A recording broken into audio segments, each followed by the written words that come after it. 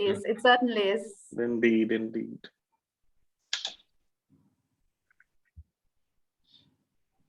How's the situation there with the corona and everything? Pretty okay? The third wave has begun. So things are now ceasing back from operations. We were quite active, and now work from home has been implemented once again. Oh, yesterday, we reported almost 1,111 patients corona positive. So things are going to be a bit dull for us for the next few months. Yeah. Hoping for the best, however. Yeah, it's been a tough last 14, 15 months now. Crazy. Yes, crazy. Yes. No, but compared to the other countries, we were quite active for a very long time amidst corona. Right. But I think negligence of the population is what because with the just past Sinhala and Tamil New Year, things went haywire. Yeah. Right.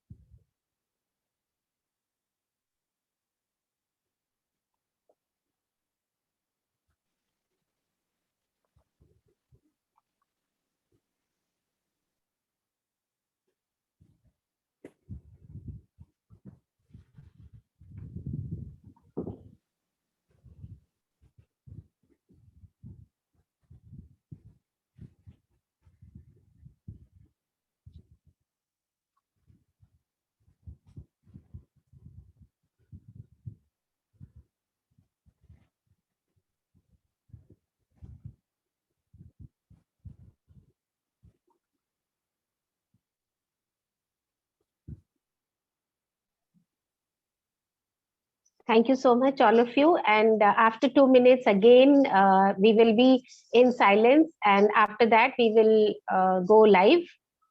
And let me tell you before that, how the things are. As soon as we go live, we are already live on the Facebook. Started. It's there.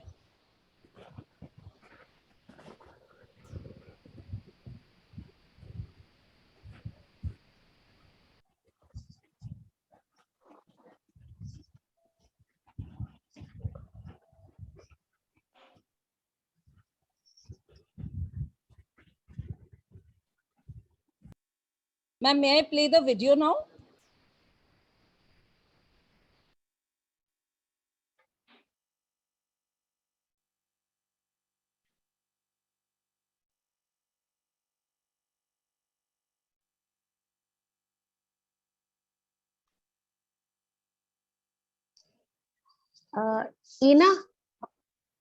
Ina, Famida is out and she cannot join again. What's the problem? In the meanwhile, I'm playing the video and I'll work on that.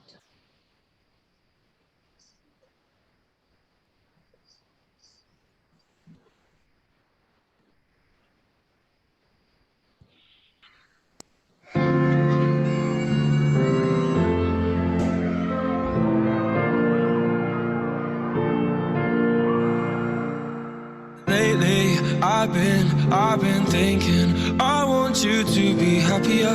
I want you to be happier. When the morning comes and we see what we've become. In the cold light of day, we're a flame in the wind, not the fire that we begun. Every argument, every word we can't take back. Cause with all that has happened, I think that we both know the way that the story ends. Then only for a minute, I want to change my mind, cause this just don't feel right to me. I wanna raise your spirits, I want to see you smile, but no, that means I'll have to leave.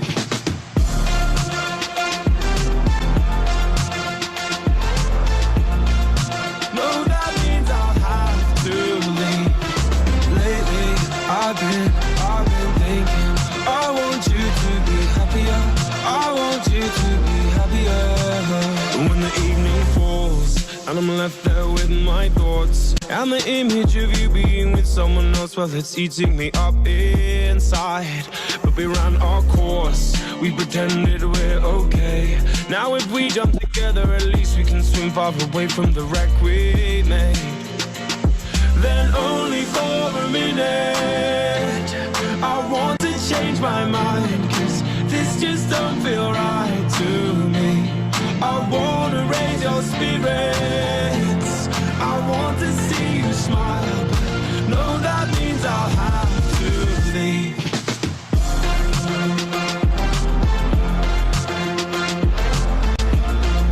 No, that means I'll have to leave. Lately, I've been thinking, I want you to be happier, I want you to be happier. So I'll go, I will go. So I'll go, I will go. Lately, I've been thinking, I want you to be happier, I want you to be happier. Even though I might not like this, I think that you'll be happier, I want you to be happier.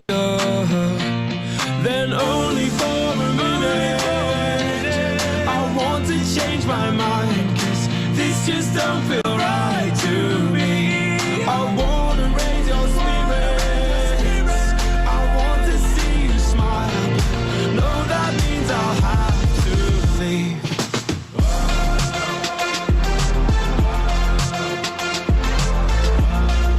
No, that means I'll have to leave.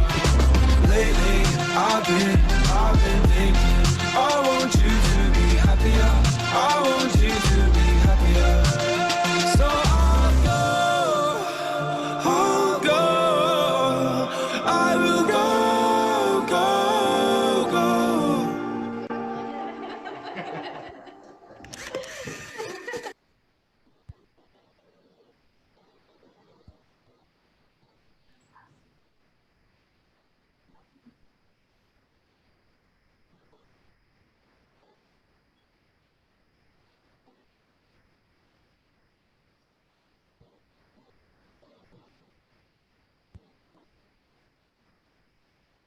Welcome everybody on board. Will be soon taking forward by Ms. Famida.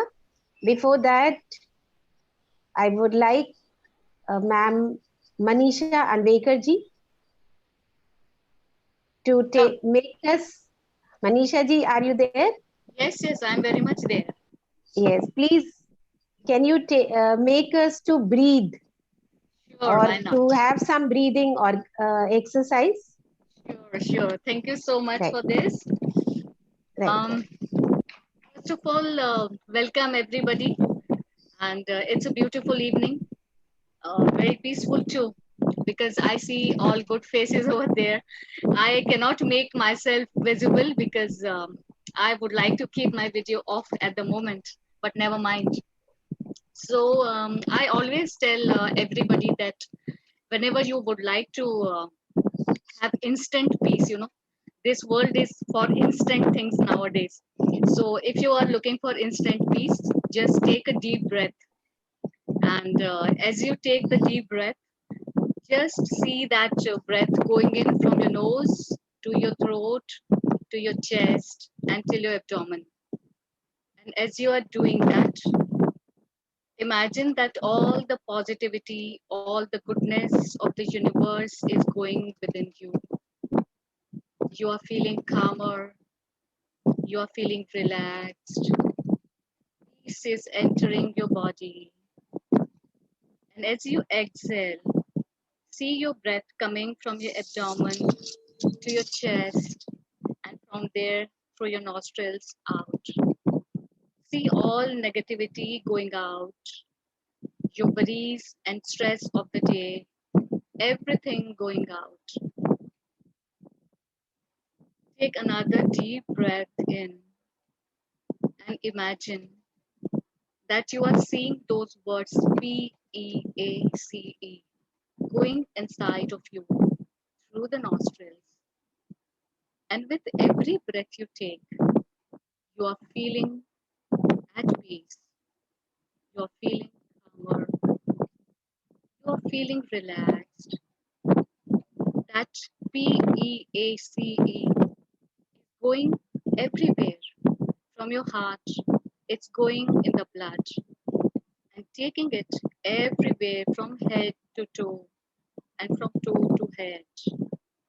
Each and every organ is at peace. Your head is at peace. Your face. Then go down from your neck to your chest, to shoulders, further down to your middle abdomen, further down to lower abdomen, lower back, from your hips down to your thighs, to your knees, to your calves, to your feet, to your toes, and then come up. And you're feeling relaxed, you're calmer, you're happy, feeling healthy, you're happy. This is how you should feel at peace. If you want instant energy anytime, you can just divert this energy to your solar plexus chakra that is placed right below your diaphragm. So, below your diaphragm on the vertebral column, imagine a point, a disc. You can imagine a beautiful golden yellow light that is entering this chakra, because chakras are the place of exchange of energy between your body and the universe. So just take that energy over there. If you want to increase that energy, if you want to enhance any positive energy, you move that disc in clockwise direction, fast, very, very fast. And if you are feeling negative, and if you want to deplete any negative energy, you can turn that disc, anti-clockwise. This is how you can energize your solar plexus chakra. That also gives you instant energy and instant peace. Keep breathing, because we can't live without breathing. But don't only just breathe. Take positivity in, peace in, and happiness in.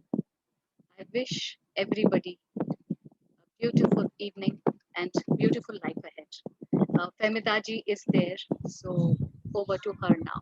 Thank you so much. Thank you. A few decades. Thank you Thanks. so much.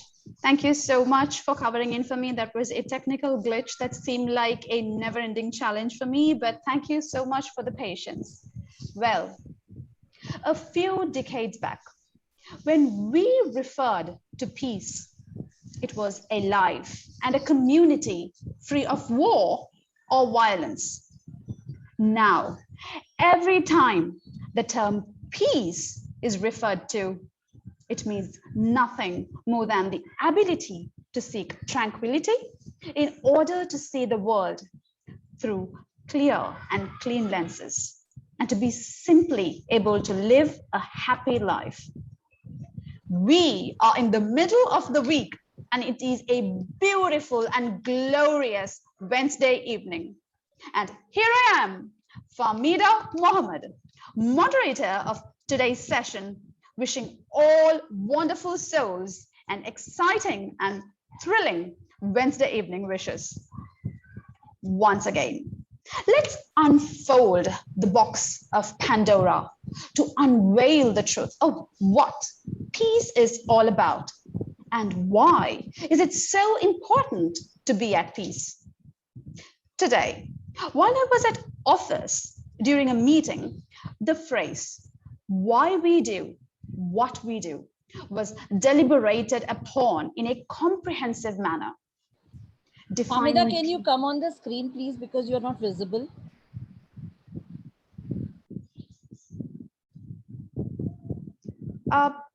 Chanchalji, I am on screen.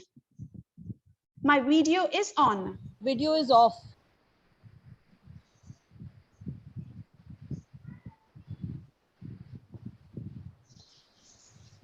Inaji, can you see me? Yes. Now you're visible. All right. Okay. Again, Define you are gone. peace. Famida, again, we cannot see you.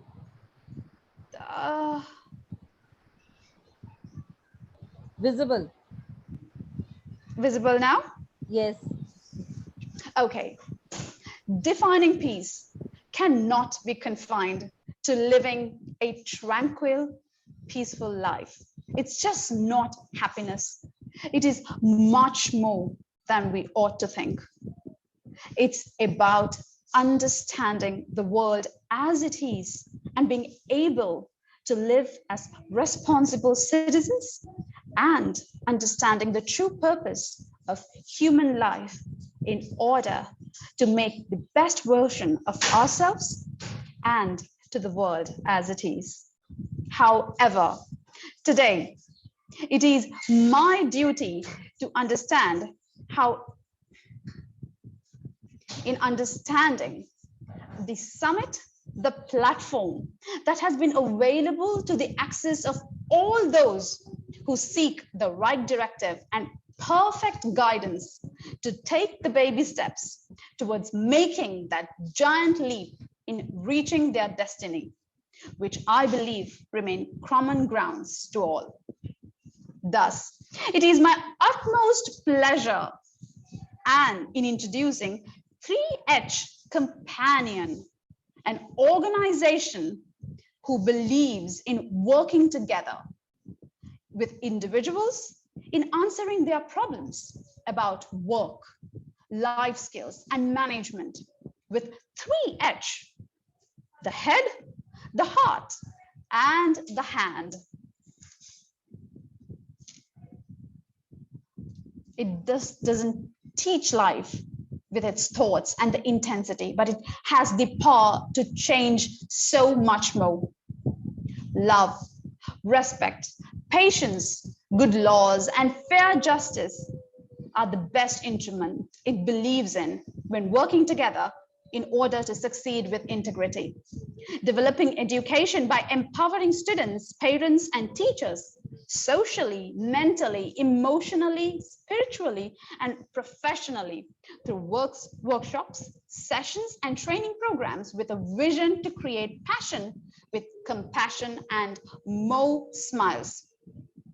In 2007, it stepped with almost 50 members to those who want to learn, sing, and rock beyond books in 3 months to develop personal and spiritual skills with a mission.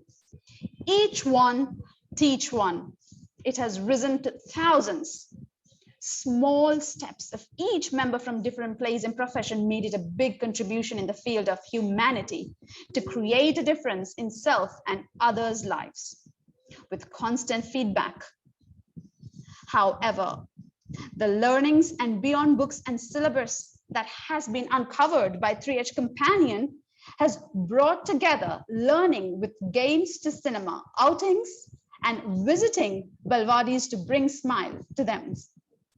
So it is time now, once again, to turn the attention towards a very important personality, the lady of the evening who made all of this possible. Leaders, ladies and gentlemen, please join me in giving a warm welcome to Ms. Chanchal Bhargava, founder of 3H Companion, an edu lover, a motivational speaker, teacher, trainer, psychological counselor, a blogger, and a spiritual wellness coach who enjoys her passion as a communicator, helping and guiding individuals. She has worked with 500 plus people online on youth mentorship, emotional intelligence, women empowerment, leadership, and management skills. Says no to stress, depression, and suicidal attempts, and organized various events like Education to Civilization, Vidambana, Wow, World of Wonders, Jeevan Geet, art exhibition, and many more. Ladies and gentlemen, she is none other than the host of today's evening. So let's put our hands together in welcoming Miss Chanchal Bhargava. Over to you, ma'am.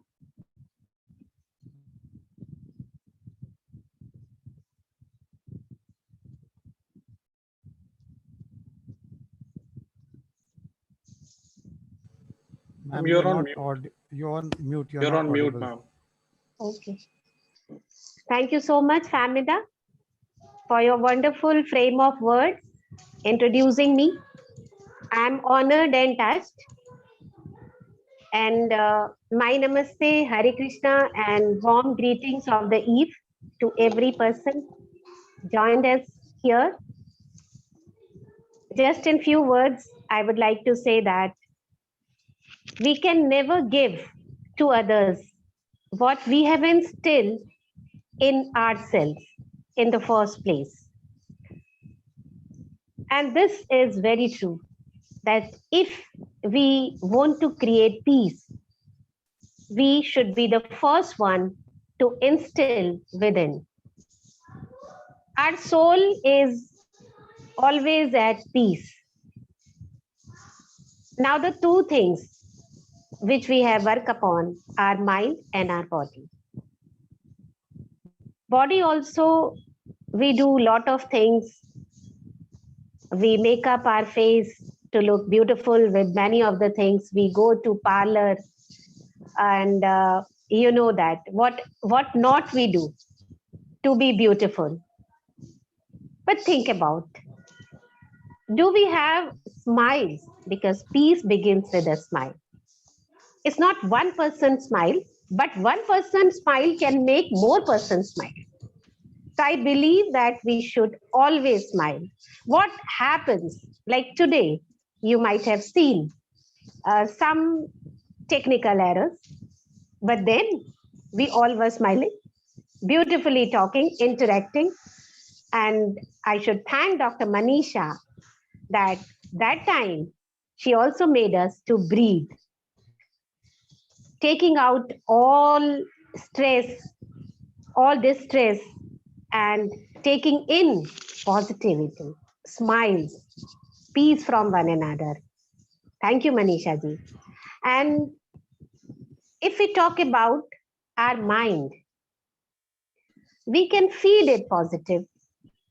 Every day we need to first empty it from all the things which we do not want in our life. We do not want in our surrounding. Simply like you empty your inbox every day, you empty your phone. Better you empty your mind too. Enter 3 things. Allow the entry of 3 things to your mind. That is, be kind, right, and just. See, if we are kind and generous in our thoughts, in our actions, what will happen? It will create goodness within us as well as outside. Similarly, if we are justified to our thoughts, if we are justified to our actions, we can never harm ourselves, we can never harm others. And if I talk about right, so we are our choices. So it is very, very essential to make right choices, to be at right direction, to take right decision. And for that, we need our mind to be at peace, to feel that calm. Our emotions always triggers our thoughts, and our thoughts change to our actions. If we have these 3 things to be right, kind, and just, all things will change within as well as outside, and you can feel the peace forever. Thank you for today. Famida, you can now continue.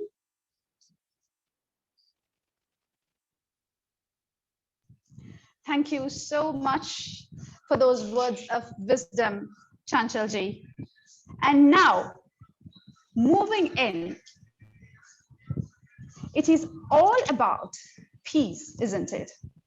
On these lines, the Peace Summit today shall engage with our beloved audience, viewers, supporters, and followers on the theme of living in peace versus rest in peace. When life was gifted, mankind made their entry to the universe.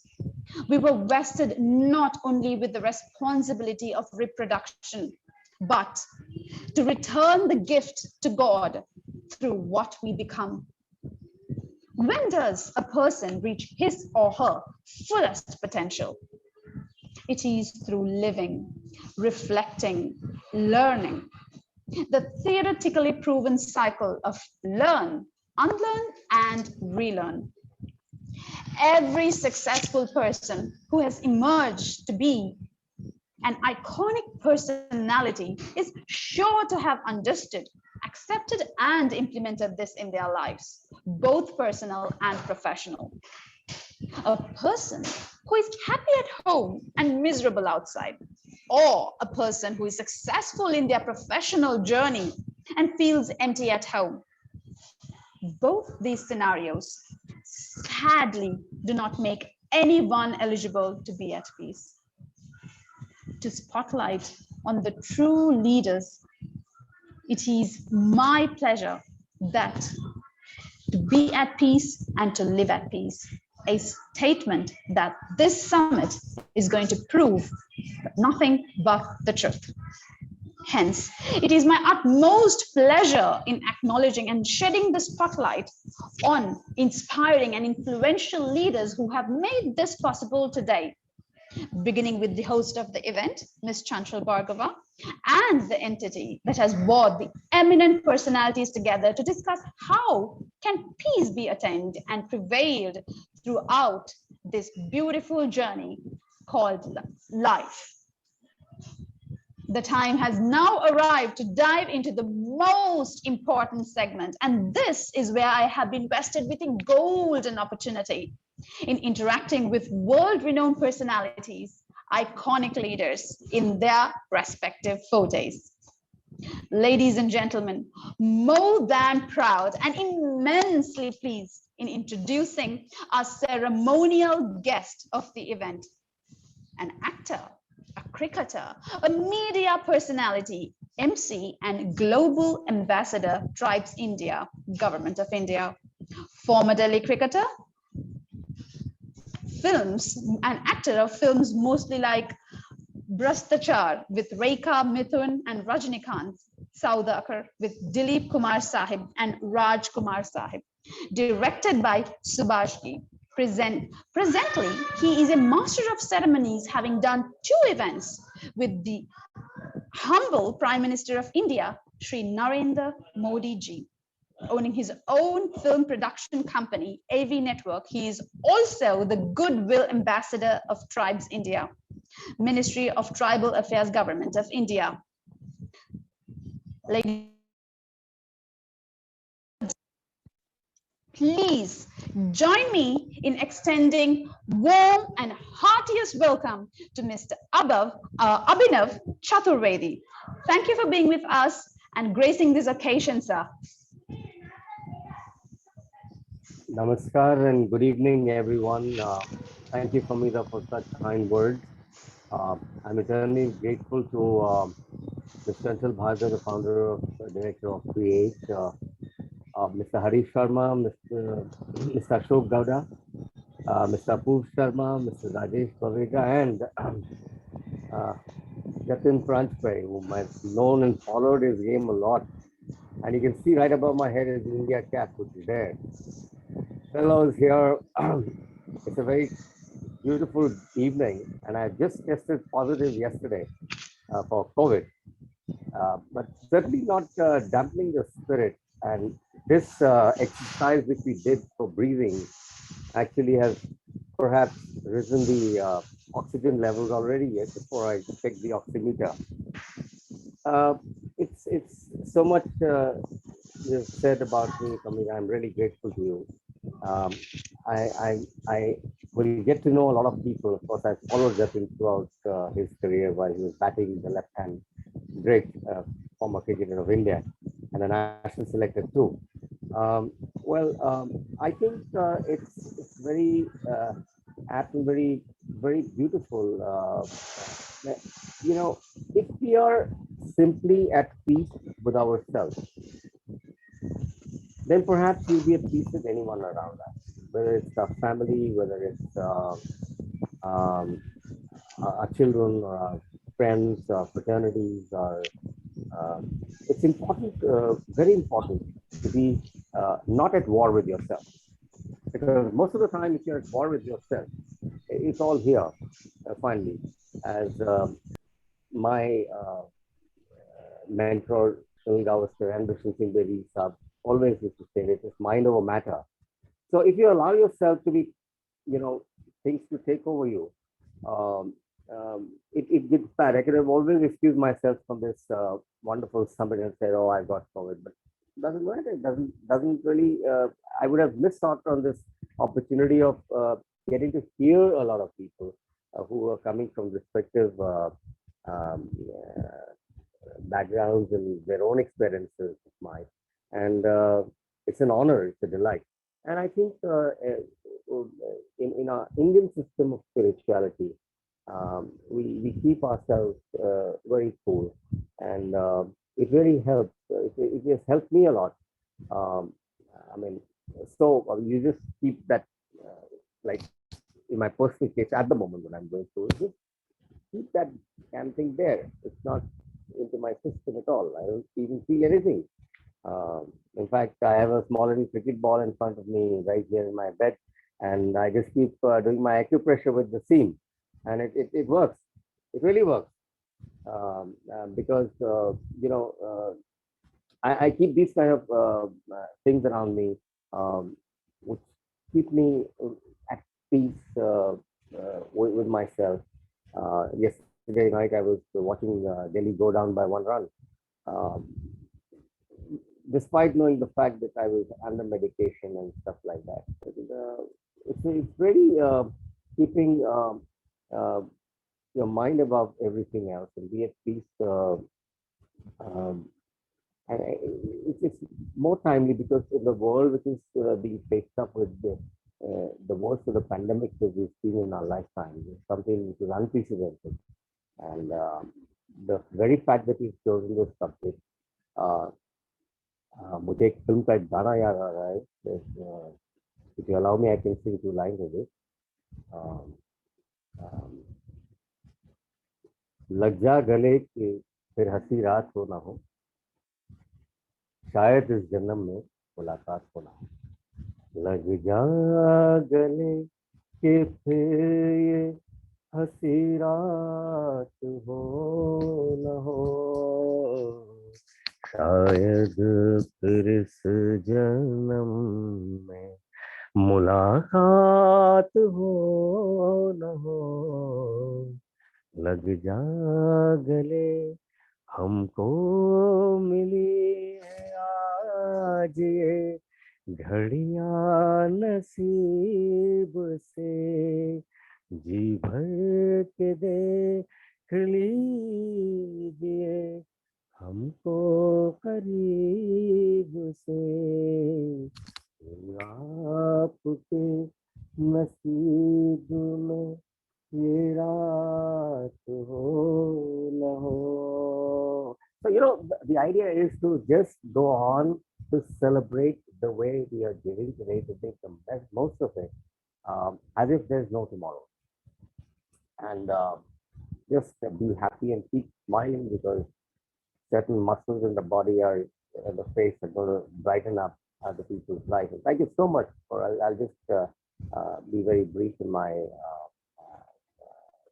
ceremonial dress, and though I'm too unqualified to be in that part, but I'm really honored to be here, a part of this summit. I'm looking forward to hearing everyone. Thank you very much.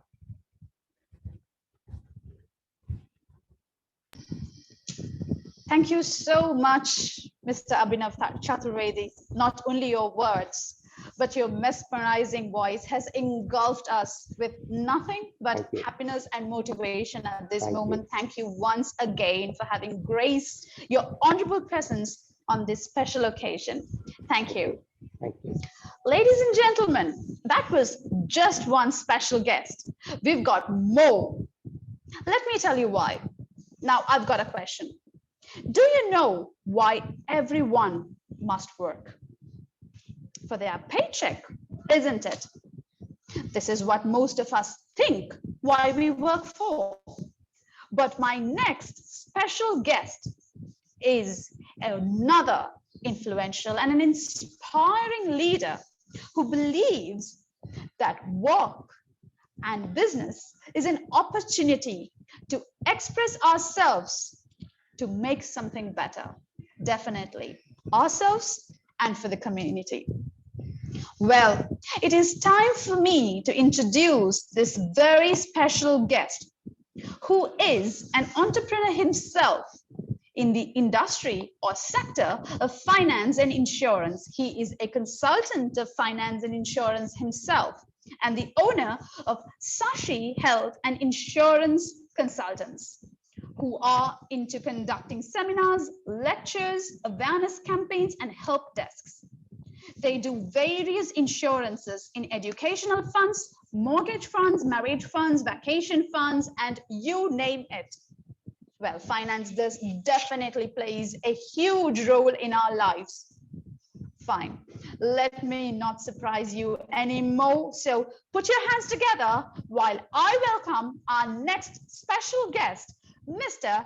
Harish Sharma, who is not only a guest, but an honorable collaborator in having made this event possible. Thank you so much, Mr. Harish Sharma. Thank you, Famida.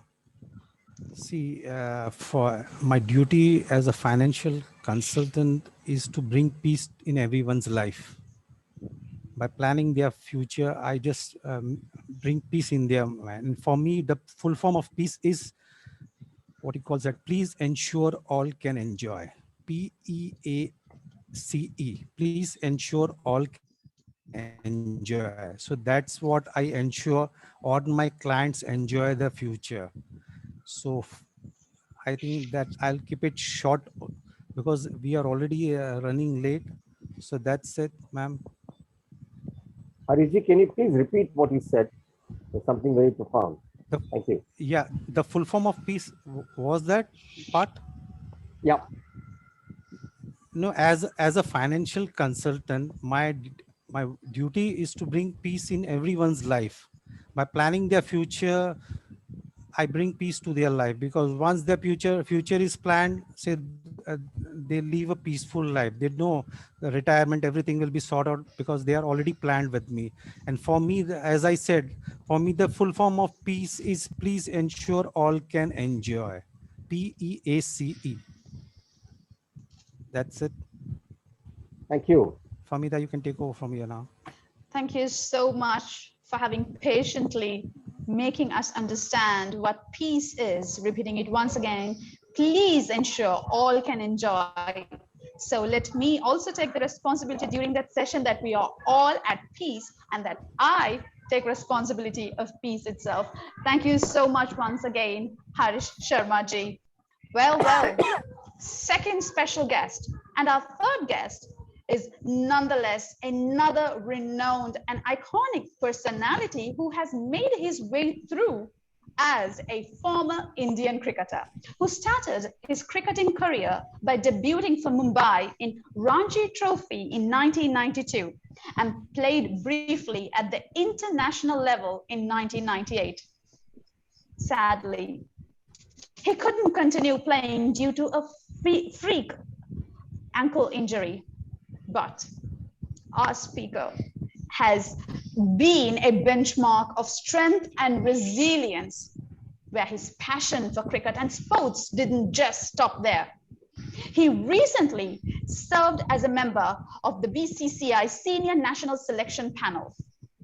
Being a sports enthusiast, he was approached by the multinational company Nike to handle the sports and marketing division in India, and also worked at Nike's European headquarters in Netherlands to handle European football. Seeing the grassroots sports culture there, Mr. Paranjpe was greatly influenced, and after a successful stint of 10 years with Nike, decided to start off something on his own for the grassroots sports in India. Thus, Kilamo was founded in 2016 with the dream of making sports and quality sports coaching accessible to all. So please do join me in welcoming our third special guest, Mr.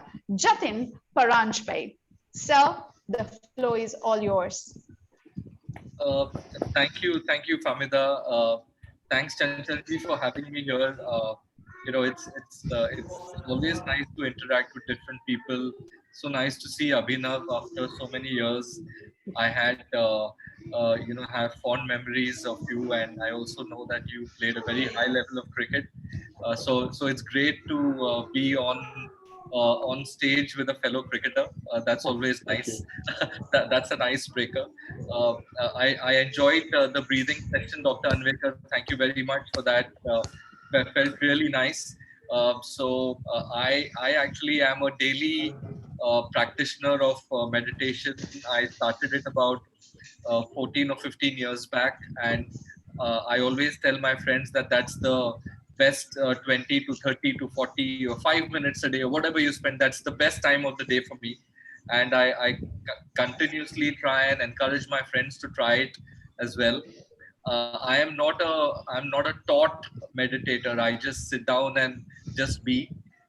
That's what a friend of mine who's a yoga practitioner advised me. So I don't overcomplicate it at all, but it gives me immense joy. I think it's changed me a lot as a person. I think when you start looking inside, you start introspecting, and you look at the world in a different way. You look at people in a different way. I think your empathy levels also rise a lot. So I'm really happy as somebody who is, somebody who believes in peace. That's what sports teaches us as well. It teaches us to play hard, but it teaches us to play fair. And at the end of those 5 or 6 hours, you are probably best friends with somebody from the opposition. That's what it teaches us. It teaches us to live and let live. That's a motto I live by as well. Just very happy to be here, Chanchalji. If there's anything in the future that I can help with, I would be most happy to do so. Just opening up the floor for everybody else, and if there's any questions for me later on, I'd be happy to answer them. Thank you. Thank you. Thank you so much, Mr. Jatin Paranjpe, for having shared your intellect and words of wisdom with us. Thank you. And the show moves on with our next special guest, who is none other than Mr. Ashok K.M. Gowda, a confident, enthusiastic, and multifaceted individual who has nothing but the motivation to make a difference with passion for social justice, thus making a tangible difference in the community and resolving people's difference. His political career objectives lie for developing India with sustainable growth via contributions to a political party in successful and winning political campaigns. He is here to make a difference through the real governance of a successful India. A true gentleman, a very great leader who has joined us today. Ladies and gentlemen and leaders, please put your hands together while I welcome Mr. Ashok K.M. Gowda. Sir, the floor is all yours.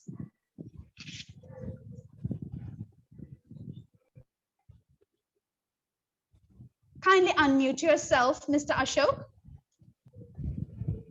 Good evening, everybody.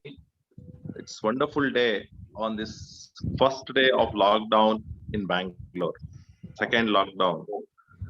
So we are in the middle of pandemic, and we are seeing a lot of crisis around Bangalore and as well as Karnataka and the entire country. At this hour, we definitely need a thought wherein we can feel, yes, we have achieved a peace to ourselves. I'm more an educationalist and doing a little research on the education and a lot of things. Going back to the history, in education, what we have found is every guru has taught how to be to ourselves and how to meditate and how to sit and reflect on our energy levels. Once we reflect on our own energy levels, we get to understand that what exactly we stand at. In the past, in the history, the purpose of life was very clear. Whether whatever the belief systems what we have, religious beliefs or whomever the gurus we followed, all thought only one thing: see eternal, be to yourself, focus on your own soul.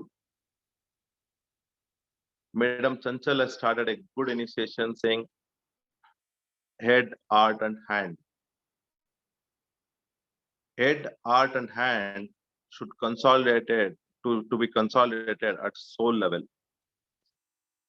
The purpose of life was very simple: find your own soul. To find our own soul, it was so important that we sit in a place and start thinking to ourselves. There are different levels of, even Adi Shankaracharya and other gurus have taught us the different methodologies to be with our own self. There is dancing is a form, painting is a form, cycling, even swimming. A lot of other activities which has been taught by a lot of gurus, saying that, like, how do we attain peace to our own selves? The most easiest and the best form, best results what we have got is in meditation. So when Dr. Manisha was saying about how exactly we start breathing and focusing on our breath, single breath, multiple breaths, various breaths. So with this system, if at all we start to meditate with our own selves, at least by the 10th day, yeah, 20th day, or even our Vedic philosophy say by at least 48th day, when mandala is complete, we will realize we have attained something. So that is the peace what the world needs.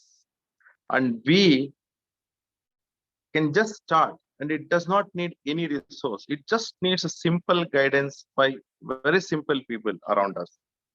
We need to just start focusing on ourselves. What world is today? We are in a race. Macaulay education system, which was imposed by Britishers in India, has taught us only one thing: compete with others and just try to take the piece of a cake which the other guy has got. We never think the piece of a cake which is there in my plate. We always think piece of a cake which is there in the other's plate. So this is the Macaulay education system, what it did to us. So we now, because of the new NEP policy, or because of the new education systems what we will have in this country, or even in IB curriculum or IGCSE, or any of the pedagogies where inquiry-based learning is a methodology. So in all these things, what is done is they show us what is there in our plate first. And we inquire to ourselves, why is that piece of a cake in my plate? And once we have inquired to our own self, and we get to understand exactly that this is what me, and this is what my focus is. The focus is very clear: my soul. To enhance my soul upliftment, the very clear thought is we need three things. Our skill sets are required, knowledge is required, intelligence required, our emotions are required. So to enhance this, it's a very good initiation what Chanchalji has taken, and we all are very happy to join hands. So thank you for making me to be here. So we'll add a few more points in the coming session. Thank you so much, Ashokji. It wouldn't be sufficient if I say that you just swept us all on a whirlwind of facts and motivating insights. Thank you so much, and we shall connect further to understand how best we understand peace is all about. However, I've arrived in inviting my last guest, but nothing lesser than the best. Ladies and gentlemen, he is a manager business systems, international trade compliance at Pratt and Whitney, Canada. With a background in technology, consulting, and supply chain management, he has worked with clients from manufacturing and aviation industry, passionate about global trade and an advocate for sustainable economic growth. Well, although his profile seems so brief, I'm sure his wisdom and intellect spans global. Ladies and gentlemen, please join me in welcoming our last and the best, Mr. Apoorv Sharma. Well, thanks a lot, Famida, for those great words, but then I've just heard like the prior speakers and like I feel such a new vibe, but then I'll try to do justice, to the fact that I've been given this opportunity, to share this platform with them. So when I first spoke to Chanchal ma'am, right, about this event, I was like, ma'am, yes, I want to do this. I really want to do this because, this topic of peace is something very near and dear to me, right? And it's also the need of the time, right? We know like what's like last 2 years have been tough, not like on the entire world, right? So it's something that we need to really think about peace, and that too in life, right? And it's all about like the positive approach, or the positive outlook one should be having, in order to deal with whatever comes your way. So before we went on live, I was speaking to Mr. Jatin and Ashok sir, and we were talking about various issues, and that's where Ashok sir also came about, yeah, that we need to have a positive outlook, and also we need to take action. It's one thing about having a positive attitude, but then there's one thing about working on it, and trying to get that to that solution. So I'm really happy to be a part of this wonderful batch of people, and yeah, looking forward for a healthy discussion. Yeah. Of course, it is going to be nothing but a healthy and a happy discussion, enabling our beloved viewers, supporters, and followers to gain so much more at the end of this event.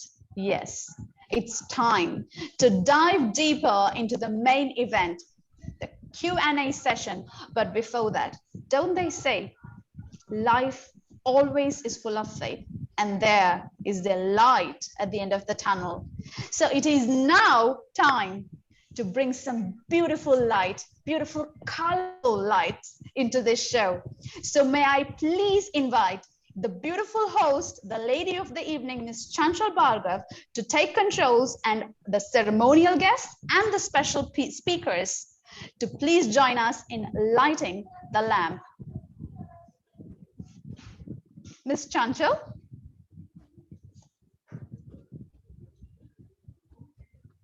Yes, Famida, we all are there, okay, to light the lamp and spark and ignite the wonderful peace within and around. So you can continue with that. Thank you so much. So may I please request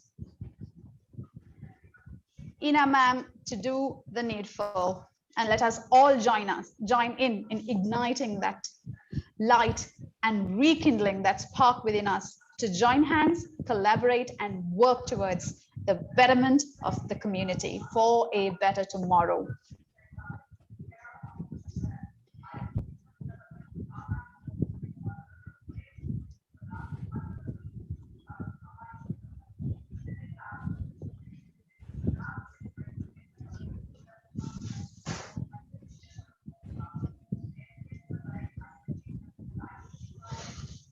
Inaji, are you there?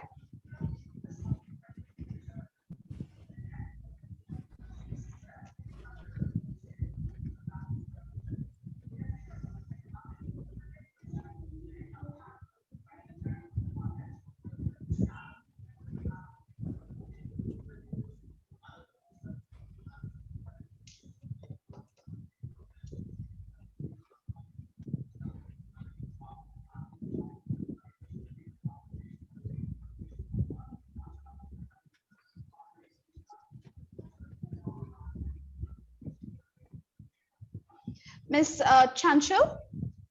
Right. She'll be soon able to do that.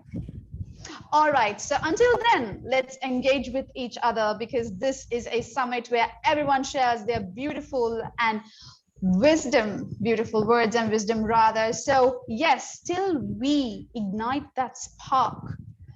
So I know Pamela, that you... I have a small question for Jatin. Yes, of course. Jatin, yesterday I was in conversation with Mr. Surinder Khanna, and when he got to know that I was under this sort of positive coming in, and he said, "Kaka, panic nahi karna." Now, my question to you is, how does panic come in the way of peace on a day-to-day basis? I think, just solely from my personal experiences, and I believe all learning should be experiential. I just feel that when you panic, when you are, in a state of confusion, you lose your awareness of your breath. And I think that is what panic does. And if you are very quickly able to get back your breath and understand your rhythm, because once you start meditating, you understand the rhythm of your breath, and that helps you understand yourself better in terms of what that you are at your best in a certain rhythm of breath, and panic takes you away from that. So even in sport, and we see these instances with the IPL right now, for example, right? Every needed of the last over.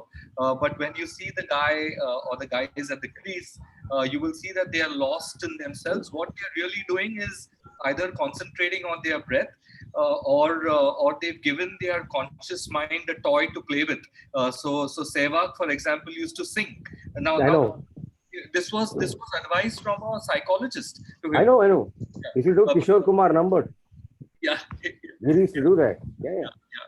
So I think just to answer your question, I think anything which takes you away from your breath disrupts you, and that's what panic does, I think. Thank you so much, Afi. Thank you. Really kind of you. Thank you so much, sir. Panic versus peace. What a wonderful response. And now we are ready once again to ignite that spark, rekindle that energy within us as we dive deeper. So the lighting of the oil lamp is ready to commence. So once again, please join me during this auspicious moment.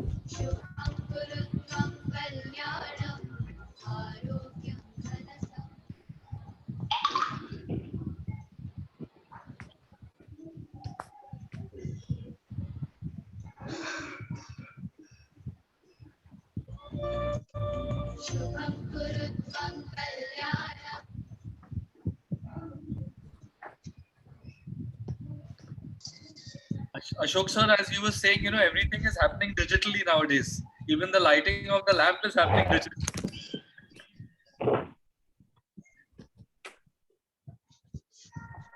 Very right, sir. And it's beautiful always to ignite the spark and live the life as it comes. But that spark and ignition is very, very important. So that's the reason first we have ignited within, and now Almighty has already blessed us with all beautiful gifts of life. So we are again on with the spark. Famida, please continue. Thank you so much, Inaji, and thank you so much, Chanchalji. All right.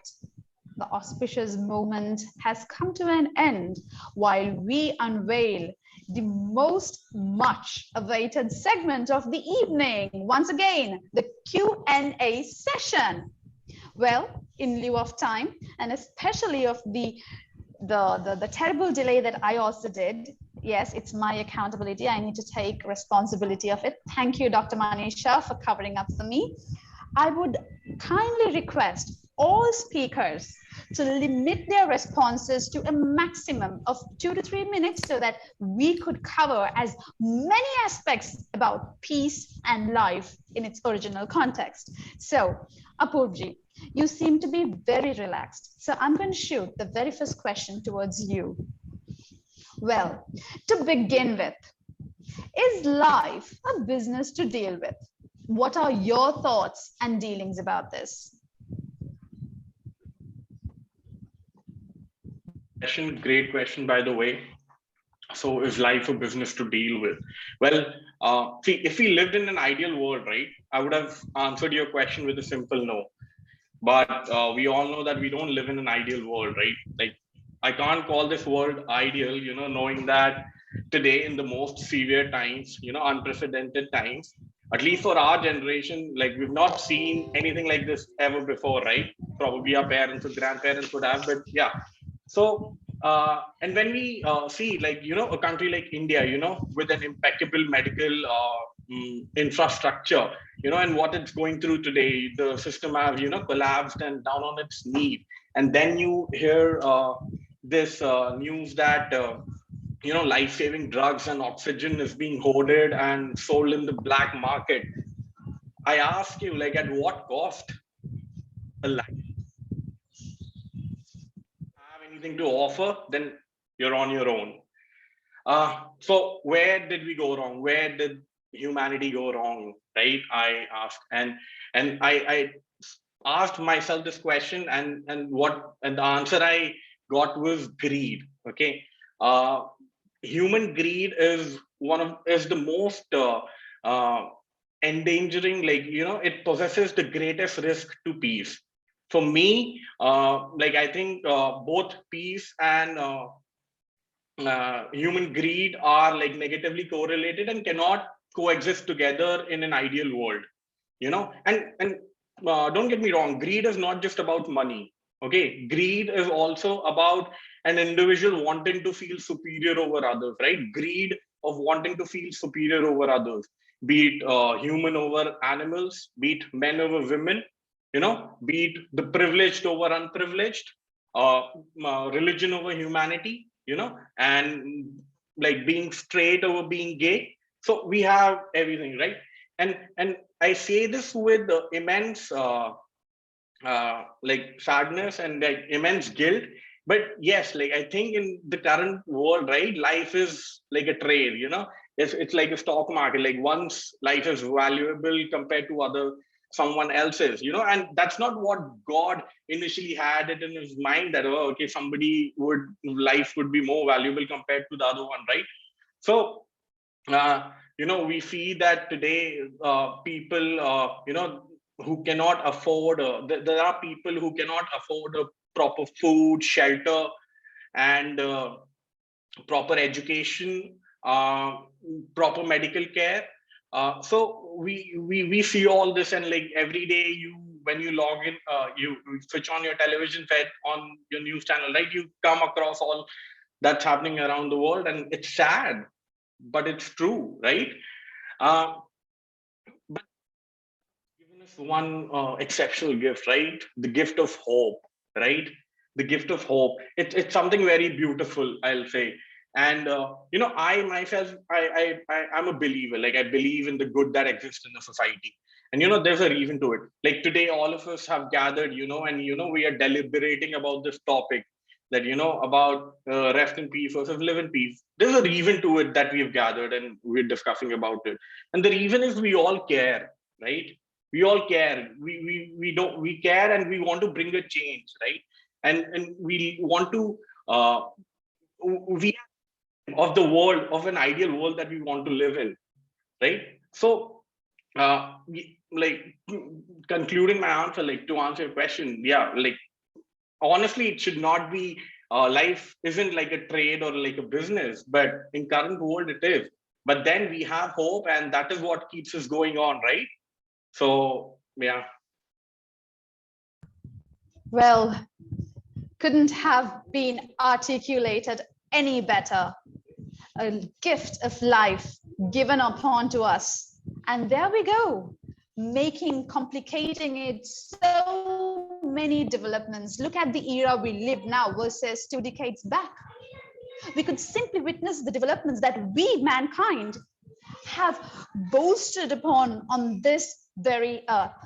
And there we go, not having everything in our hands, we need to go about exhibiting the evil.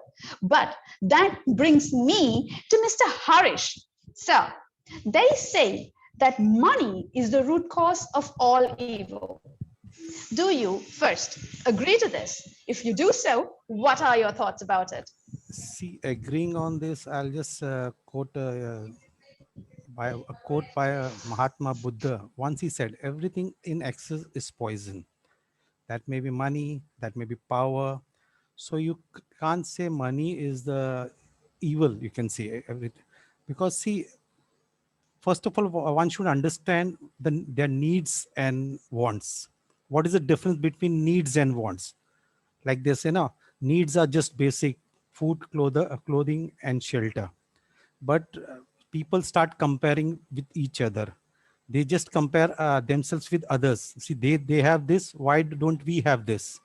So when this comparison comes in your life, everything goes haywards. And for reaching, like example, suppose my neighbor is having a mobile phone of 15,000. I'll go for a mobile of 25,000, even if I can't afford it. But still, I'll go for a mobile of 25,000. For that, I'll have to take any route, maybe the shortcut to earn money. So that becomes a part of evil. So till man doesn't understand the difference between his needs and just stops comparing himself with others, this evil part will come. Thank you so much for that, sir. Now, my mind is quite confused. The needs and wants of a man. Who does actually trigger these needs? Which then wants me to spotlight Mr. Harish onto the center stage. I'm sorry, Mr. Ashok onto the center stage. Please do pardon me, Mr. Ashok. Needs and wants of people, they never end. If that is the case, sir, politics being the center nervous system of the country, how important do you think politics needs to redefine itself to suit the true purpose of mankind? So definitely, see, politicians, what has happened is, see, everybody is in the competition with each other. Their purpose is, the purpose of serving the people has been lost. Everybody thinks that, like, it has become nothing but a business. Absolutely, politics has become a business. Whatever we had monarchies earlier, now political parties have become a democratical monarchies. They just fight an election, but who has been given a ticket? The parties, their own, most of the regional parties, and even including the national parties, except for the cadre-based parties, everybody is been into the same thing. That, like, they are in the supreme commander, and they are only controlling everything. So what needs to be done now is the most skillful people who are having the talent, who have a heart and a feel towards people. They are the people who need to be encouraged, irrespective of the party, irrespective of whatever the caste, creed, and other things. See, what has happened, we over the past 7 decades have identified ourselves with the Bhakti movement related caste systems what we have. What we have forgotten is Varnanes we had, then religions came, then because of administrative systems during the Bhakti movement, various kings have listed us into different parts of caste. So we have identified this caste more stronger than the original humanity. So this is where the education system needs to be changed. And because See, the education itself did not focus on so many years on Bhakti movement and Bhakti movements, the systems. So this is where we need to say, भैया आपका caste जो है बस इतना ही तक है. So you have a caste history not behind more than 800 years. But humanity exists from behind 5,000 years, 10,000 years, 1 lakh years. So where is this thing? So that is why politics is directly related to the caste or religion. So we are forgetting the most skillful person, the most heartful person, the person who is got with the knowledge and intelligence. This is where the political system is failing. And we need to identify this and we need to educate people. And especially my only thing is history should be in the textbooks, should be taught in the way which can enlighten the cause and effects rather than giving certain facts about certain kings. So now the children have got the technology to just to Google and to read about the king, whatever they want. But analysis, how to do the analysis on the critical analysis on the kings or whoever has ruled us. So that is the one which historical books should teach us in the school. So that is what I moved. Because once that is done, then the child will ask the question once the child is in 18 years. And only then there will be a radical shift in political thinking also. That's what my motto is. Thank you.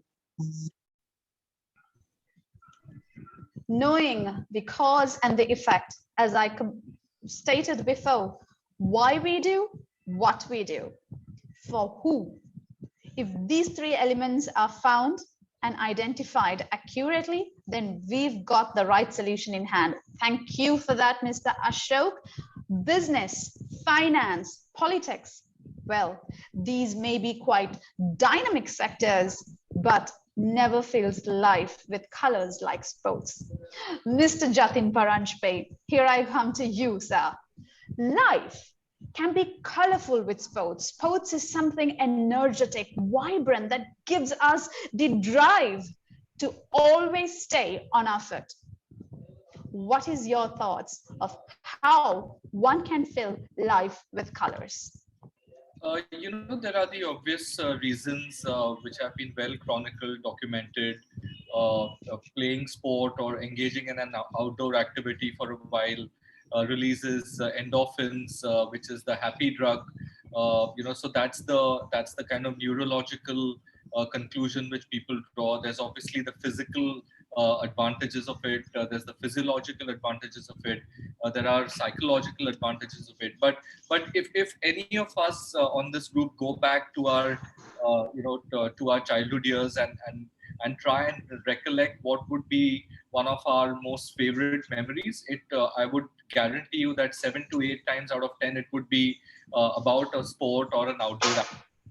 So I think somewhere along the line, I think India as a country, which is the youngest country in the world, we've lost, and I hope it's just temporarily that we've lost our focus on sport.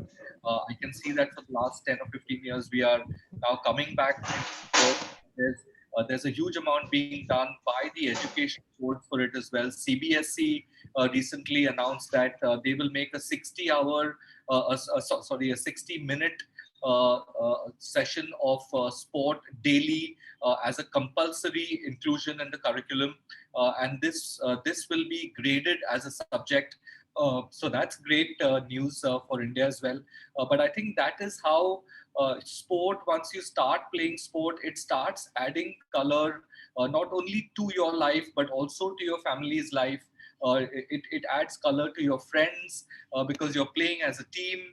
You are enjoying that camaraderie. You're enjoying that competition. You're enjoying the preparation for it as well. There's everything that kind of sport is a big unifier. It's the intersection point of so many good things which happen in your life. So I think it's a no-brainer that sport adds color to your life. I thought when I read the question earlier, I thought it was a very, very nice way of putting it. because it not only adds color to your life, it helps your personality bloom into who you are. And Abhinav will agree with me that playing a team sport not only teaches you to play as a team, but it teaches you to respect your opposition, respect your opponents as well. And I think that is a very, very important facet. As we go ahead in life, as we take on the life as we know, which is very, very complicated. But sport allows you to demystify a few of the pieces. A few of the pillars are built early in your life through sport, which hold you in good stead later on.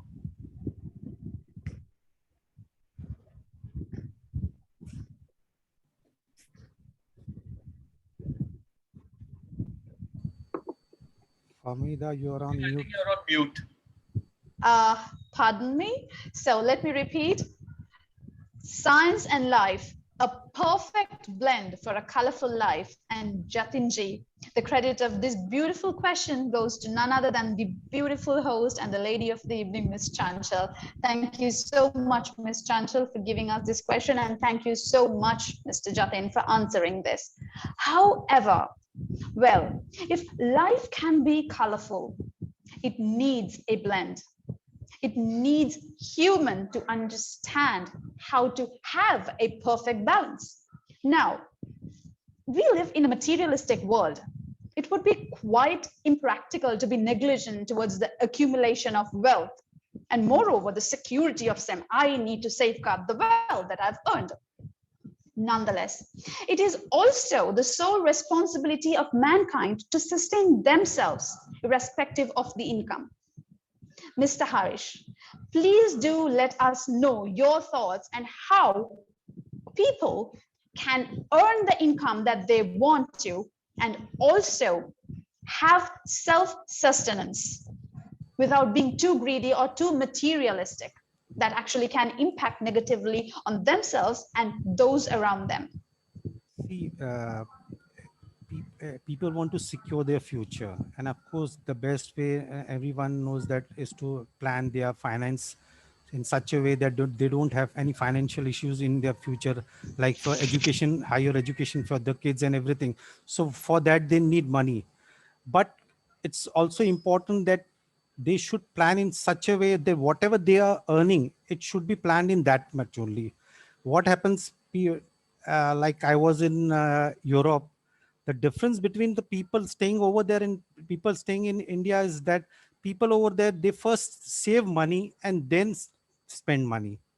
In India, it's just the opposite way. First we spend money, and with the rest of the money we think, where should we save it, or should we save it, or let's plan next year. It's that way. And as I said, people start comparing each other. Nowadays the basic issue is that people say the rich people are getting richer and the middle class are getting poorer. Why is it? Because the rich people, you should even study why they are getting richer. They are getting richer because they plan, they always invest in assets. And the middle class, what happens, they just go for credit cards. The biggest issue in a society is a credit card, because people spend money which they have to earn. They still have to earn the money. They are spending that money. And what happens with the credit card, if you go for anywhere, even if I tell my clients, if you go for in a shopping mall, you see something even worth ₹1,00,000, you just remove a card and give it, and you just buy it. In other way, if you go and see, if you buy everything in cash, like example, suppose 1 lakh in credit card, giving in card is nothing, but if you give that same thing in cash, 1 lakh, just count and give, no, you'll have problem. So even my clients, they also tell me, sir, first you used to buy everything with credit card. Now, after you told us, now we just remove cash and then we go.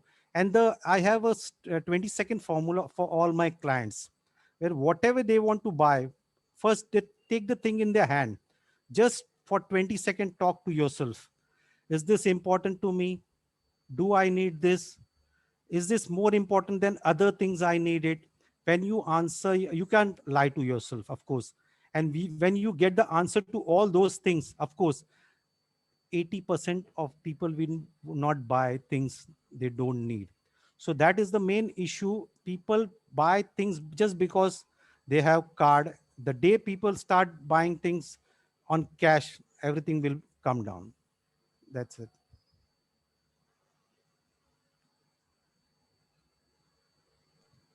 It's all about the culture in which we understand ourselves. Well, you brought in a foreign perspective, sir.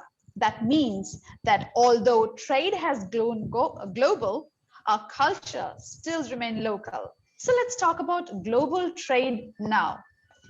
Mr. Apurvji, please tell me, when I state rather, global trade connects business across borders, and it is only enabled and facilitated by humanists who have made such things possible, such possibilities real. Having said that, today we are dealing with corporate professionals. Do you think in the corporate sector, corporate professional actually exhibit what they would call it as the morals of mankind?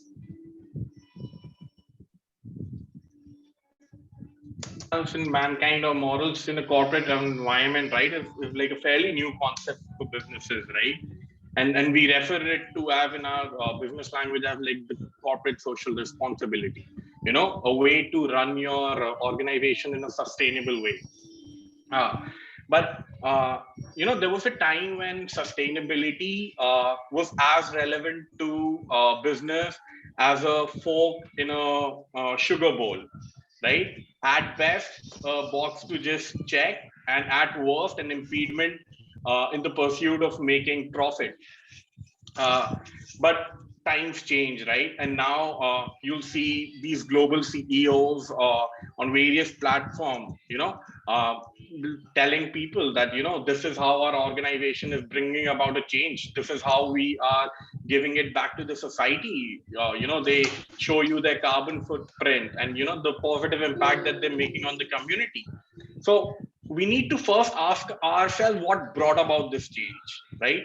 And we have to give the due credit to internet and the emergence of social media websites, because this brought about a transparency. Now these organizations, they were like, they can't get a rain check for their actions, what they did. They need to answer to the public, right? They know that they just won't get a pass just because they had done something, and they need to answer. The consumer is watching, right? And the consumer market is like at its peak. It has never been this big ever before, and transparency on social media platforms is like great. So uh, you know we need to also, but when we need to go back 10-20 years back, this was not the case. Like, I don't want to take names, but this big automobile company, they wanted to design a new engine, so that they can curb the emission. But something went really wrong with the way the design was, and instead, like, these so-called sustainable cars were polluting the environment with these toxic gases, right? And the company tried to hide it. Eventually, they were caught, and they had to pay the penalties, right, for causing those. And then we talk about the child labor in Africa for harvesting the coffee beans, just because someone like me can have a cup of coffee here in the Western world. So these are, and these are tangible effects that we can see or are affecting people's life. But then we also have to talk about intangible effect that's happening right here in the head, right?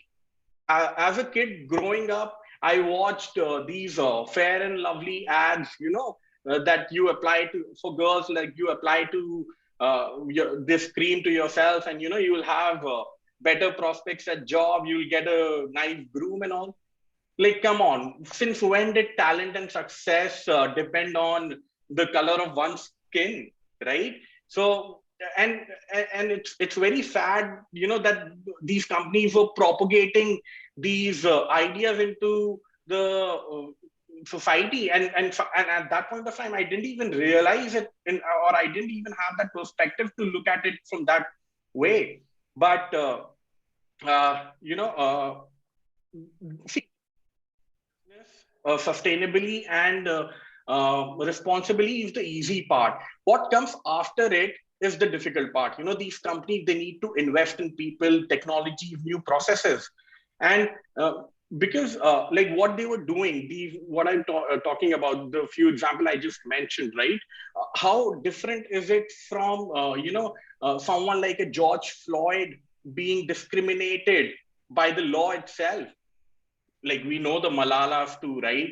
She stood up for girl education, and she wanted to learn and was being shot in the head. So I'm not saying that it's these organizations causing this, but then these are real, that's the reality in the world that's happening around, and that is where an onus comes on these big organizations to take action. If you've reached a certain place, it's your onus to think about these issues and try and eliminate them. And there are companies doing it, and now there are few startups, they really have the intent to change the world. One of the greatest example is a company called Beyond Meat. They're making these plant-based meat substitutes, which has a lesser carbon footprint. It's good for the climate, saves water. So at the end, it's all about that positive impact and on the society that these organizations have to make. And we are not there yet. We've not reached where we want to, but then these organizations are on their way. So that's how I would see this whole scenario, and that's how I would answer your question, to be honest. Well, the shift of human evolution also created a paradigm shift in humanity itself. Well, as sad as it sounds, we definitely have come to the brim of understanding that lifestyles need to change, the mindset needs to change. Thank you for that answer with such wonderful examples, Mr. Apoor. Mr. Jatin, let me come over to you. We know that in order to sustain oneself as a successful sports person, not only physiologically, but psychologically, we need to be very strong. But as humans, we have our ups and downs, both mentally and physically. What do you think? Should every person, human, sports or no sports, should we exhibit sportsmanship? And what are the attributes that would make a sportsman the best? Sure, I think Kamita, sportsmanship is a metaphor. It's a metaphor for life, I think. And as a sportsman, things may appear very glamorous from the outside, but they have very, very difficult periods within their career. And for example, look at the current situation. We are living in a world of bubbles right now. These are all professional sports people who are living with minimal social contact, and they've got to go out and parade their skills. Millions are watching, and in an atmosphere like this, they are expected to lift the spirits as well, but they might not be feeling too good themselves. So sports asks you many questions, like life asks you many questions. So I gave the example of the bubble, and another very challenging part for a sports person is how do you make that journey from being an active sportsman or a sportswoman to then retiring from the sport and living your life as a civilian. Now that transition is also a very, very difficult transition. So sports teaches you so many things, sometimes in a harder way than life would probably teach you, because in sport, your success or failure is very, very close. So if you're playing a T20 game, you're either going to succeed or fail within a span of 90 minutes. But in life, you walk that path and you keep treading that path, and you will then understand a few years later whether you've been a success or not such a big success. So I think sport is sometimes a compacted kind of version of life itself.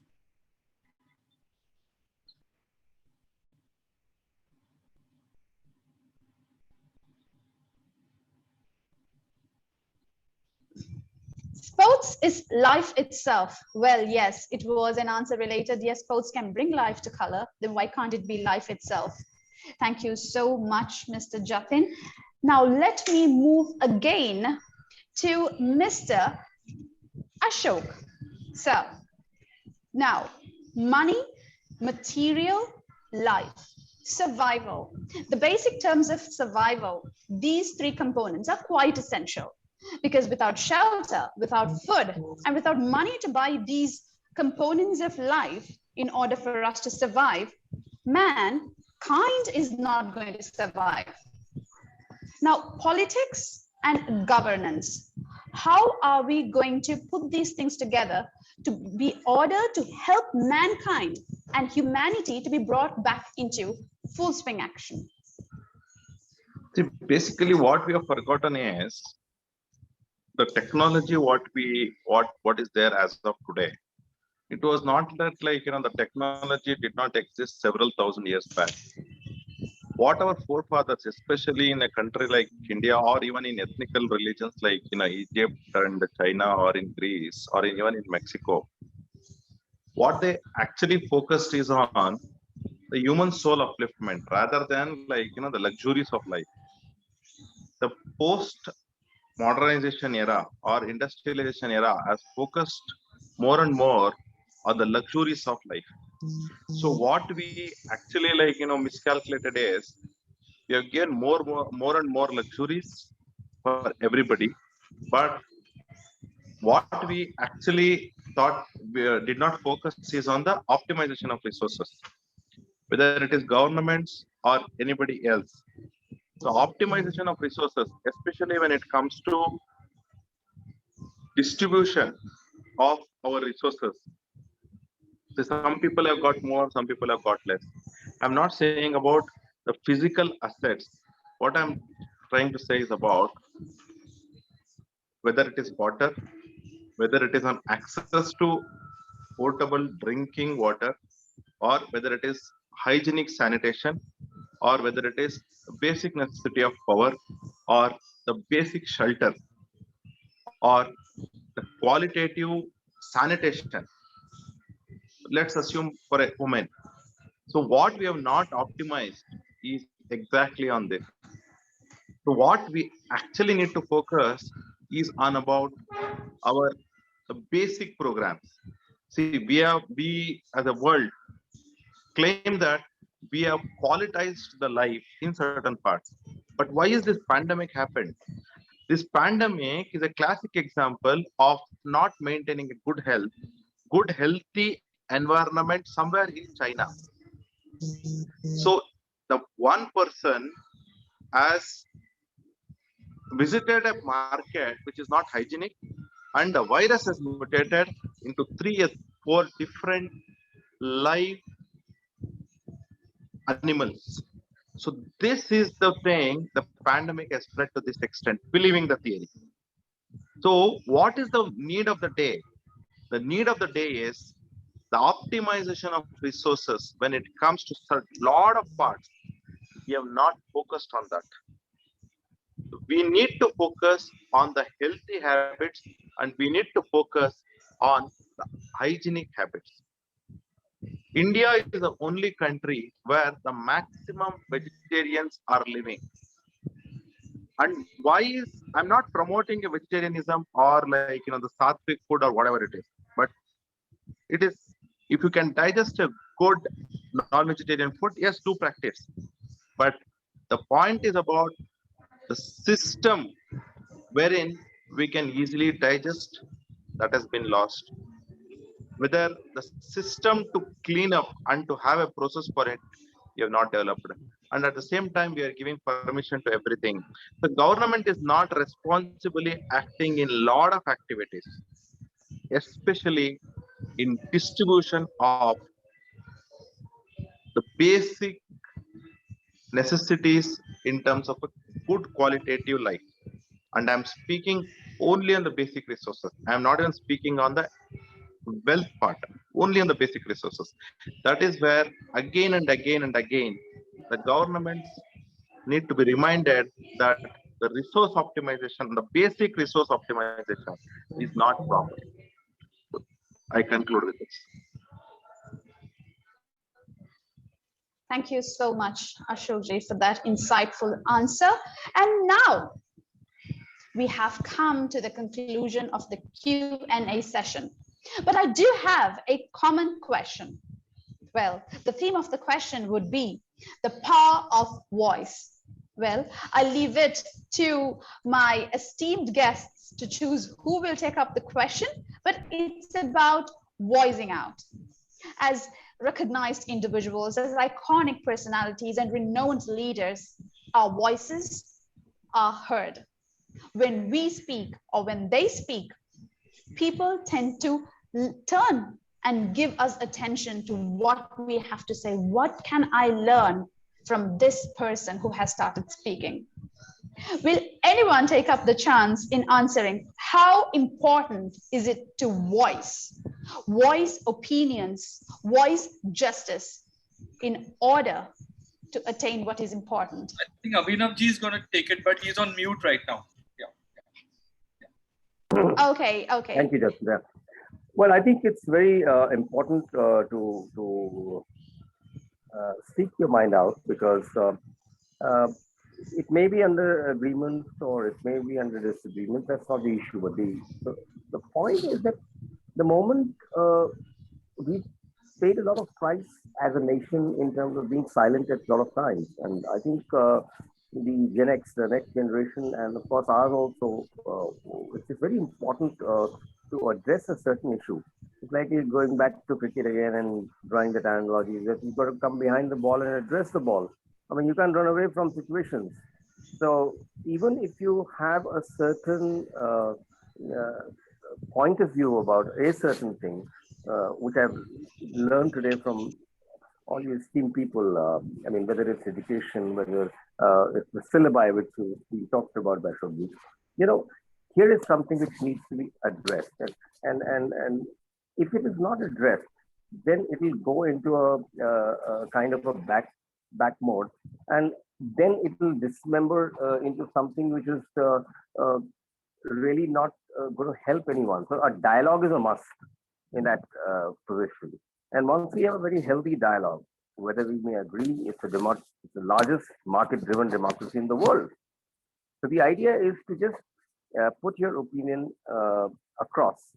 And if we don't inspire our polity or our governance or our day-to-day lifestyle, I mean, my son is a professional football player. He wanted to play football, and we decided that he will go ahead with that.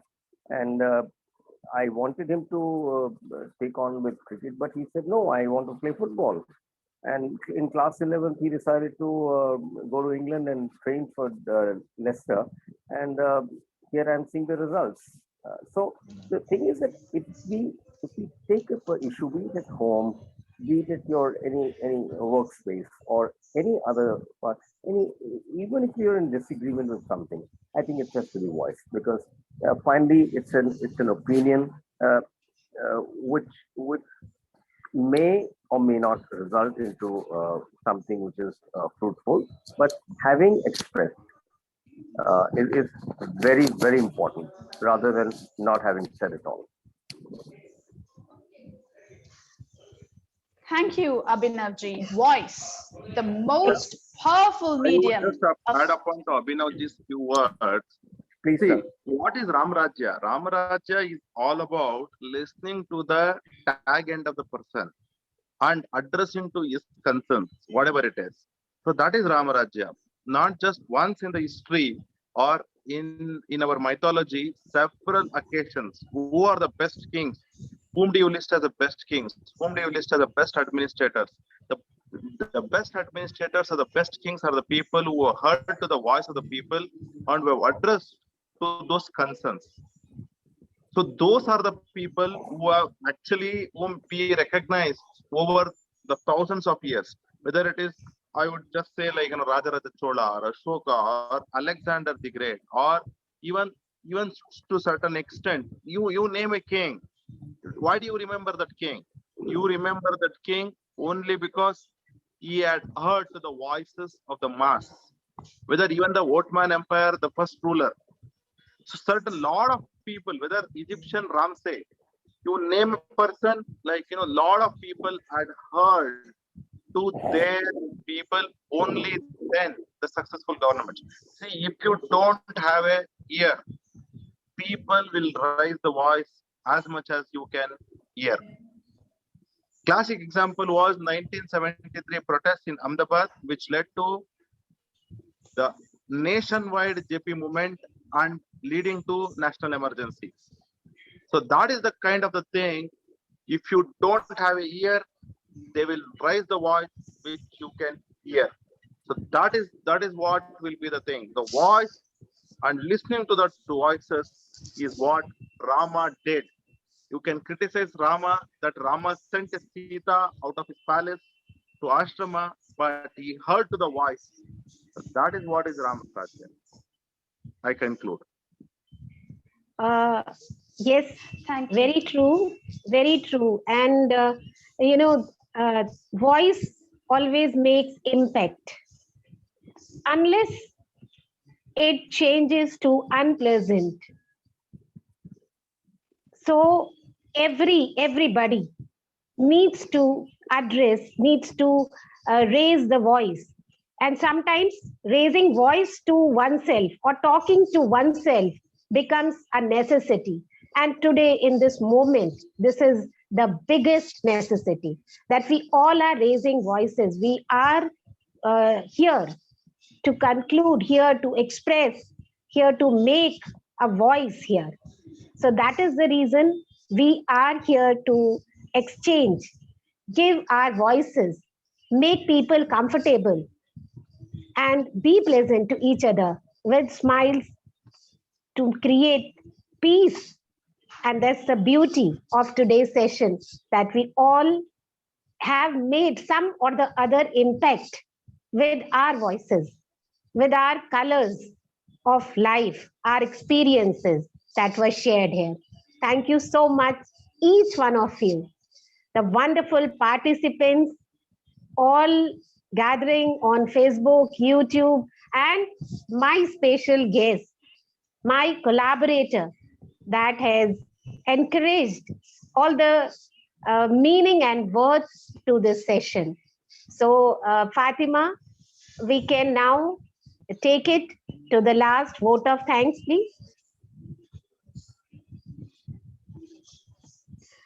Thank you Because so you much, said Chanchal ji. So, Yeah, Chanchal ma'am, you just made like a very interesting point about the voicing and until and it's negative fact, right? So I'll just like to add one last point here. Okay. Like, so what happens is with the whole technical revolution and the social media, voicing one's opinion has become very easy. Like from the comfort of your home, you can do it.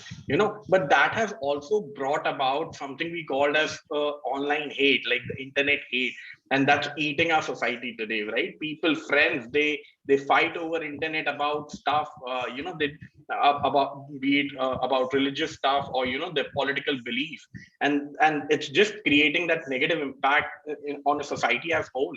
And sometimes we get these WhatsApp forwards and we just forward it, and we just don't know, like sending that or acting as a medium to propagate that particular message to someone else. We don't understand, like we could be harming someone's belief, it could be making an impact on someone's life.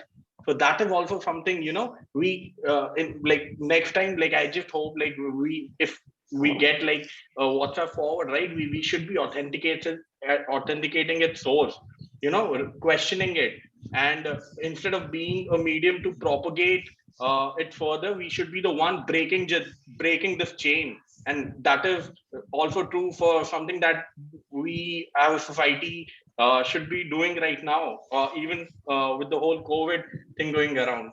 That was my point. Thanks.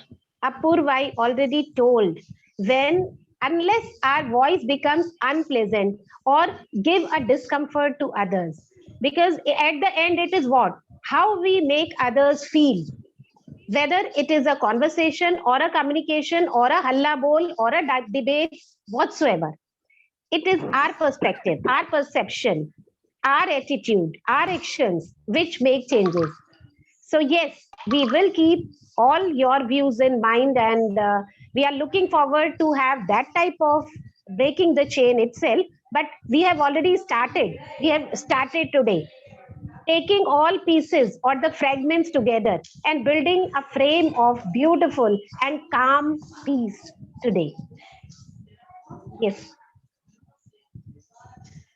Thank you, Chanchalji. I think the response began from one corner while it went on a beautiful discussion and we arrived. Voice will only be heard if it is spoken in the right manner at the right time. So here we are to conclude this beautiful session that has brought together different personalities, a TV personality, a renowned TV personality, a renowned politician, a successful financial consultant, a successful corporate professional, and finally, a colorful sports personality. Altogether, a rich ensemble of global leaders have assembled here to share their thoughts and opinions on live in peace versus rest in peace. Mother Teresa stated, peace begins with a smile, while that was proven true by Jim Hendrix himself, who said, when the power of love overcomes love for power, it is only then the world and we attain peace. Thank you so very much. The attitude of gratitude right now is the moment.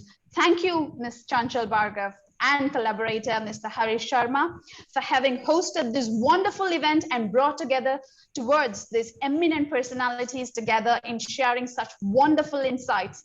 A very big thank you to you, ladies and gentlemen. Please join me in sharing my profound gratitude to Ms. Chanchal for having hosted this event. Thank you so much. Thank you so much, everyone. Thank you so much. And thank you to our beautiful and splendid words of Miss Fatmida, right? Famida, sorry. Famida. Right, Famida. We are blessed to have you with us with your wonderful smiles and the articulate manner in which you have rotated and revolving all of us here and there, finally together. Thank you so much, Ms. Famida. Thank you so much, ma'am, and do pardon the technical glitch and the delay that I had to pose on the event. I sincerely apologize from all the members who have joined us. Thank you so much, and thank you once again for bearing with me. A very big thank you to Mr. Abhinav, who has joined us. Of course, never going to forget Ina, man. She has been an integral part of this event. Thank you so much for hosting, for taking the technicalities through so successfully. Thank you so much for being with us, being our biggest pillar of support. And I would like to thank all the guests, especially the ceremonial guest who has joined amidst being diagnosed corona positive. Your strength, resilience, motivation energizes us, sir. Thank you so much. And a string of gratitude thanks to all our guests, including Mr. Jatin Paranjpe, Mr. Apurv Sharma, Mr. Ashok Gowda. And am I missing anyone? Yes, audience, our special audience. Of course, sir. Of course. The show is going to end with you all. Thank you so much for being with us, supporting us, and making this event a massive success. This 2 hours has been so productive, and I'm sure there would be several take-homes for you. So it's time to say bye-bye in peace. Remember. Bye. So have a great evening. Right. And more powers, more smiles and prayers with each one of you. Let's clap together for each other and for everybody here in the world. Thank you.